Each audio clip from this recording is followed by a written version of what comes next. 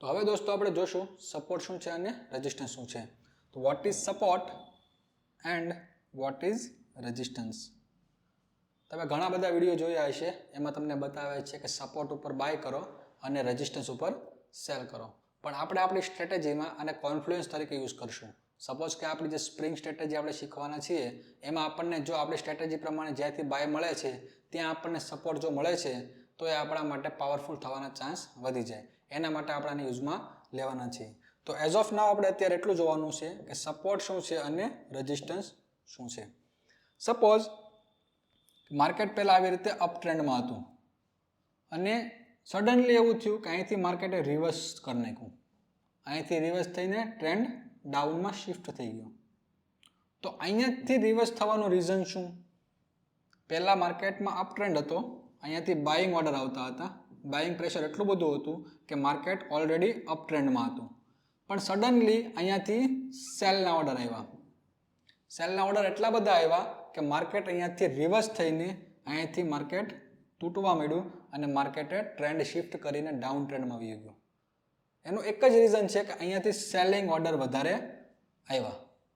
Selling order આવ્યા plus જે લોકો પણ અહીંયા બાય કરતા હતા એ લોકોના પોઝિશન સ્ક્વેર ઓફ કરશે, એ પોઝિશનને એક્ઝિટ કરશે. એટલે જેના બાયના ઓર્ડર લઈ લાગતા હતા એને પોતાને એક્ઝિટ કરવા માટે એને પોતાના ઓર્ડર પણ સેલના ઓર્ડર લગાવવા પડશે. તો ઓલરેડી જે બાયના ઓર્ડર હતા એ પણ સેલના ઓર્ડર લગાવશે અને અહીંયાથી સેલિંગ પ્રેશર વધારે આવ્યું તો બીજા પણ સેલના ઓર્ડર વધારે લાગશે. એના કારણે સેલિંગ પ્રેશર એટલું આવ્યું કે ટ્રેન્ડ શિફ્ટ થઈ ગયો અને જે અપ ટ્રેન્ડ હતો એનો ડાઉન ટ્રેન્ડ થઈ ગયો. તો જે આ લાઈન છે ને, આ જે પોઈન્ટ છે એને આપણે ટચ કરીને એક લાઈન બનાવશું, એને આપણે કહીશું રેઝિસ્ટન્સ લેવલ. તો હવે જ્યારે માર્કેટ પાછું અહીંયા આવશે આવી રીતે ત્યારે અહીંયા રેઝિસ્ટન્સ લેવાના ચાન્સ વધારે. મતલબ કે અહીંયાથી કાં તો માર્કેટ રેઝિસ્ટન્સ બ્રેક કરીને બ્રેકઆઉટ આપશે અથવા અહીંયાથી પાછું માર્કેટ રિવર્સ થઈને પાછું ડાઉન ટ્રેન્ડ થવાની શક્યતા વધારે. કેમ? કારણ કે પહેલાં અહીંયાથી સેલિંગ પ્રેશર આવ્યું હતું તો લોકોને એમ છે કે અહીંયાથી પણ પાછું સેલિંગ પ્રેશર આવશે. તો અહીંયા જેના બાય ઓર્ડર હતા એ અહીંયા સેલ ઓર્ડર પાછા કરશે, અહીંયા પોતાનું પ્રોફિટ બુકિંગ કરશે અને અહીંયા પણ જે બાય ઓર્ડર હતા એ પણ અહીંયાનું પ્રોફિટ બુકિંગ કરશે. અને બાકી રહી તો બાકીના નવા ટ્રેડરો જે હશે એ પોતાના સેલ ઓર્ડર અહીંયા લગાવશે, જેના કારણે અહીંયા એટલું બધું સેલિંગ પ્રેશર આવશે કે અહીંયાથી માર્કેટ ડાઉન ટ્રેન્ડ થવાના ચાન્સ વધારે. પણ જો માર્કેટ અહીંયા બ્રેકઆઉટ આપ્યું, માર્કેટ આ લાઇનને ક્રોસ કરીને ઉપર વહી ગઈ તો શું થશે? એ બધું જ્યારે આપણે બ્રેકઆઉટ સ્ટ્રેટેજીને જોશું ત્યારે આપણે એમાં જોશું કે કઈ રીતે બ્રેકઆઉટમાં આપણને કઈ રીતે ટ્રેડ મળશે. અત્યારે ખાલી આપણે એટલું જોવાનું છે કે જે આ લાઇન છે એને આપણે રેઝિસ્ટન્સ લાઇન કહીશું, જ્યાંથી ટ્રેન્ડ રિવર્સ થાય છે અને બીજી વાર જ્યારે માર્કેટ ત્યાં આવે છે તો એને આપણે રેઝિસ્ટન્સ લેવલ કહીશું. એવી જ રીતે માર્કેટ જ્યારે ડાઉન ટ્રેન્ડમાં હશે અને સડનલી અહીંયાથી માર્કેટ અપ ટ્રેન્ડમાં વ્યૂ આવશે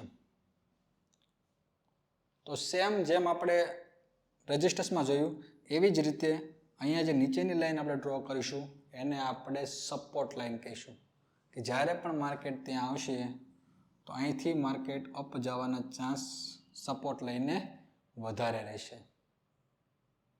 ઓકે,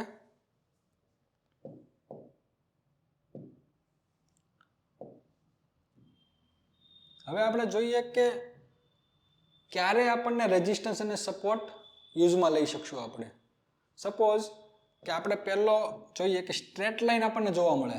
સપોઝ કે માર્કેટ આવી રીતે જાય છે અને અહીંયા સ્ટ્રેટ લાઇનમાં સપોર્ટ લેતું જાય છે અથવા રેઝિસ્ટન્સ લેતું જાય છે તો અહીંયા આપણને રેઝિસ્ટન્સ અને સપોર્ટ વધારે મળશે. ક્યારે?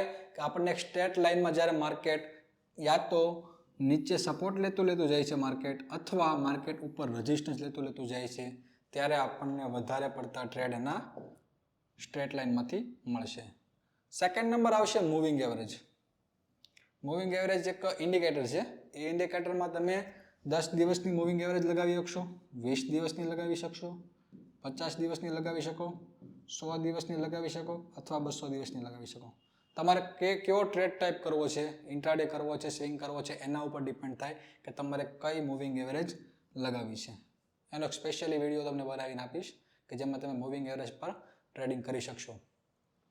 સપોઝ કે આવી રીતે એક મૂવિંગ એવરેજ છે 20 ડેની, 20 દિવસની મૂવિંગ એવરેજ આ રીતની છે.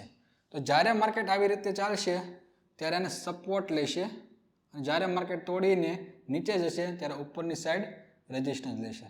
જેવી રીતે આપણે સ્ટ્રેટ લાઇનમાં જોયું એવી જ રીતે મૂવિંગ એવરેજને પણ માર્કેટ સપોર્ટ કરશે અથવા રેઝિસ્ટન્સ લેશે. ઓકે, તો મૂવિંગ એવરેજને પણ સપોર્ટ અને રેઝિસ્ટન્સ લઈ શકે. ત્રીજું આવે રાઉન્ડ નંબર. રાઉન્ડ નંબર એટલે કે સપોઝ કે કોઈ શેરનો ભાવ 100 રૂપિયા છે અથવા 200 છે અથવા 300 છે, જે પણ રાઉન્ડ નંબર છે, 350 છે, 325 છે, આ બધા રાઉન્ડ નંબર છે. સપોઝ કે કોઈ પણ કંપનીનો ભાવ 100 રૂપિયા છે અથવા પ્રાઇસ અહીંયા આવી 100 રૂપિયાથી નીચે આવવાના ચાન્સ વધારે, અથવા માર્કેટ 200 રૂપિયા ઉપર છે તો 200 રૂપિયાથી માર્કેટ નીચે આવવાના ચાન્સ વધારે. તો જે પણ રાઉન્ડ નંબર છે એ રાઉન્ડ નંબરને પણ પ્રાઇસ રિસ્પેક્ટ કરે છે. ચોથો પોઈન્ટ જોઈએ આપણે ટ્રેન્ડ લાઇન. ટ્રેન્ડ લાઇનનો આપણે એક સ્પેસિફિક અલગથી વિડીયો બનાવશું કે ટ્રેન્ડ લાઇનને કઈ રીતે સપોર્ટ કરે, પણ છતાંય આપણે બતાવી દઉં છું થોડુંક એવું કે આવી રીતની જ્યારે માર્કેટ અપ જતું હશે ત્યારે આવી રીતે એક ટ્રેન્ડ લાઇન બનાવશે અને ટ્રેન્ડ લાઇનને આવી રીતે સપોર્ટ કરતું ઉપર જશે. જ્યારે આ સપોર્ટને બ્રેક કરશે તો અહીંયા આપણા ટ્રેડ બનશે. તો ટ્રેન્ડ લાઇનમાં પણ તમને સપોર્ટ અથવા રેઝિસ્ટન્સ જોવા મળશે. આવી રીતે ડાઉન ટ્રેન્ડમાં હશે તો તમને અહીંયા રેઝિસ્ટન્સ જોવા મળશે અને અપ ટ્રેન્ડમાં હશે તો તમને સપોર્ટ જોવા મળશે. તો સપોર્ટ, બ્રેકઆઉટ, બ્રેકડાઉનની સ્ટ્રેટેજી પણ આપણે આગળ જોવાના છીએ. નાવ કઈ સપોર્ટ અને કયા રેઝિસ્ટન્સ ઉપર આપણે ટ્રેડ લેવા જોઈએ? તો અહીંયા મેં લખ્યું છે કે વધારે વખત જે પણ સપોર્ટ અથવા રેઝિસ્ટન્સ ટેસ્ટ થઈ ગયો હોય એ વધારે વીક થઈ ગયો હોય છે. મીન્સ તમને એક્ઝામ્પલ સાથે બતાવું. સપોઝ આવી રીતે માર્કેટ ચાલે છે, અહીંયા રેઝિસ્ટન્સ લાઇન છે, અહીંયા સપોર્ટ લાઇન છે. તો જ્યારે પણ વધારે વાર ટેસ્ટ થાય છે, ટેસ્ટ મતલબ અહીંયા એકવાર રિસ્પેક્ટ કર્યું, અહીંયા બીજી વાર રિસ્પેક્ટ કર્યું, અહીંયા ત્રીજી વાર માર્કેટને રિસ્પેક્ટ કર્યું અને અહીંયા ચોથી વાર રિસ્પેક્ટ કર્યું. જ્યારે આવી તમને વધારે વાર રિસ્પેક્ટ થયેલી ટ્રેડ લાઇન જોવા મળે ત્યારે જ્યારે બ્રેકઆઉટ થશે ત્યારે તમને અહીંયાથી સારા ટ્રેડ મળવાના ચાન્સ વધારે અને પ્રોફિટ થવાના ચાન્સ પણ વધારે. કારણ કે જ્યારે વધારે વાર ટેસ્ટ થઈ જાય છે ને ત્યારે ટ્રેડ લાઇન વીક થઈ જાય છે અથવા રેઝિસ્ટન્સ અથવા સપોર્ટ વીક થઈ જાય છે. એનું રીઝન એક જ છે કે અહીંયાથી પહેલાં બાઇંગ પ્રેશર આવ્યું, પછી અહીંયાથી સેલિંગ પ્રેશર આવ્યું. સેલરને એમ થયું કે નહીં આ લાઇનને તો માર્કેટ તોડશે જ નહીં, તો અહીંયાથી સેલિંગ પ્રેશર આવ્યું. પાછું અહીંયાથી બાઇંગ પ્રેશર આવ્યું કે અહીંયાથી નહીં માર્કેટ તો સપોર્ટ તોડવાનું નથી, તો અહીંયાથી બાઇંગ પ્રેશર આવશે. એવી રીતે સેલર અને બાયર વચ્ચે ફાઇટ ચાલે છે. એ ફાઇટમાં જ્યારે કોઈ પણ એક વ્યક્તિ વિન થશે, સપોઝ કે બાયર કે સેલર જે પણ વિન થશે તો અહીંયા બાયર વિન થઈ ગયા. તો અહીંયા જ્યારે માર્કેટ બ્રેકઆઉટ આપશે ત્યારે અહીંયા જે પણ બાયર હશે એ લોકોને પ્રોફિટ થતો હશે, પણ જે લોકો અહીંયાથી સેલિંગમાં બેઠા હશે એને એમ લાગે છે કે નહીં માર્કેટ અહીંયાથી પણ સેલિંગ આપશે, અને જ્યારે અહીંયાથી માર્કેટ બ્રેકઆઉટ આપી દે છે ત્યારે આ લોકો ટ્રેપ થઈ જશે. એ લોકોને લોસ થવાનો શરૂ થઈ જાય બિકોઝ અહીંયાથી સેલ કર્યું છે, તો અહીંયાથી માર્કેટ નીચે આવશે તો પ્રોફિટ થશે, પણ માર્કેટ એક તો આટલું મૂવમેન્ટ આપી ચૂક્યું છે અને અહીંયાથી ઉપર વહી ગયું છે આને તોડીને બ્રેક કરીને. તો આ જે પણ સેલર છે એ બધા પોતાની પોઝિશનની એક્ઝિટ કરશે. શું કામ એક્ઝિટ કરશે? કારણ કે એને લોસ વધારે થવાનું શરૂ થઈ જશે. તો અહીંયાથી એને લોસ વધારે થવાનું શરૂ થાય એટલે અહીંયા એક્ઝિટ કરશે. એક્ઝિટ કરવા માટે આ જે સેલ ઓર્ડર લગાવતા હશે એને હવે અહીંયા બાય ઓર્ડર લગાવવા પડશે. મતલબ કે અહીંયા બાઇંગ પ્રેશર એટલું આવ્યું, એક તો ઓલરેડી આ બાયરો હતા જ, પ્લસ આ જે સેલર હતા એ પણ બાયર બની ગયા. કારણ કે એક્ઝિટ કરવા માટે એને બાયનો ઓર્ડર લગાવવો પડે તો જ એક્ઝિટ કરી શકે, સ્ક્વેર ઓફ કરી શકે. તો અહીંયા આના પણ બાઇંગ ઓર્ડર આવ્યા, આના પણ બાઇંગ ઓર્ડર આવ્યા, અને જ્યારે બ્રેકઆઉટ થશે ત્યારે નવા ટ્રેડરો પણ આવશે કે ચાલો અહીંયા બ્રેકઆઉટ થયું છે તો હું પણ અહીંયા બાયની પોઝિશન બનાવું. તો અહીંયા આટલું બધું બાઇંગ પ્રેશર આવશે કે માર્કેટ અહીંયાથી ઉડવા મળશે આવી રીતે. મતલબ સપોર્ટ અને રેઝિસ્ટન્સ બ્રેકઆઉટ અને બ્રેકડાઉન પર તમને ટ્રેડ બહુ વધારે મળશે. ઓકે, તો સપોર્ટ બીકમ રેઝિસ્ટન્સ એટલે શું? એક્ઝામ્પલ સાથે તમને બતાવું તો જ્યારે પણ માર્કેટ આવી રીતે અપ ટ્રેન્ડમાં હશે, અહીંયા રેઝિસ્ટન્સ બનાવ્યો, પછી જ્યારે માર્કેટ આને બ્રેક આઉટ કરીને ઉપર વી ગયું, પછી જ્યારે માર્કેટ એ રેઝિસ્ટન્સ ઉપર આવશે તો હવે આ લાઈન પહેલા રેઝિસ્ટન્સ હતી એ હવે સપોર્ટ બની ગઈ. મતલબ હવે આ સપોર્ટ તરીકે કામ કરશે. જે લાઈન પહેલા રેઝિસ્ટન્સ હતી એ લાઈનને બ્રેક કર્યા પછી જ્યારે પણ માર્કેટ રેઝિસ્ટન્સ ઉપર પહેલી વાર આવશે ત્યારે એ સપોર્ટ તરીકે કામ કરશે અને અહીંયાથી માર્કેટ સપોર્ટ લઈને ઉપર જવાના ચાન્સ વધારે.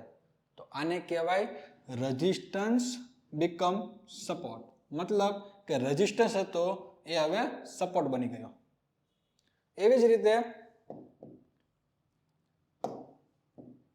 જ્યારે પણ રેઝિસ્ટન્સ આવી રીતે સપોર્ટ હશે, સપોર્ટને તોડીને જ્યારે માર્કેટ પાછું ઉપર આવશે તો એને આપણે કહીશું સપોર્ટ બીકમ રેઝિસ્ટન્સ. આ પહેલા સપોર્ટ હતો, એને જ્યારે માર્કેટ એને બ્રેક કરીને નીચે આવી ગયું તો હવે એ રેઝિસ્ટન્સ તરીકે કામ કરશે. તો આને કહેવાય સપોર્ટ બીકમ રેઝિસ્ટન્સ. અને જ્યારે માર્કેટ ઉપરની સાઈડ આવી રીતે તોડે છે તો એને કહીશું આપણે રેઝિસ્ટન્સ બીકમ સપોર્ટ. તો સપોર્ટ રેઝિસ્ટન્સ તરીકે પણ કામ કરી શકે અને રેઝિસ્ટન્સ સપોર્ટ તરીકે પણ કામ કરી શકે, પણ સિચ્યુએશન ટુ સિચ્યુએશન અલગ અલગ હશે. એ બધું આપણે પ્રેક્ટિકલી શીખવાના છીએ, પણ અત્યારે ખાલી આપણે એટલું સમજવાનું છે કે સપોર્ટને તોડીને માર્કેટ પાછું એની ઉપર આવે છે તો એને આપણે રેઝિસ્ટન્સ બીકમ સપોર્ટ કહીશું. અને જ્યારે માર્કેટ રેઝિસ્ટન્સ તોડીને ઉપરની સાઈડ જાય છે અને પાછું નીચે આવે છે તો એને આપણે રેઝિસ્ટન્સ બીકમ સપોર્ટ કહીશું.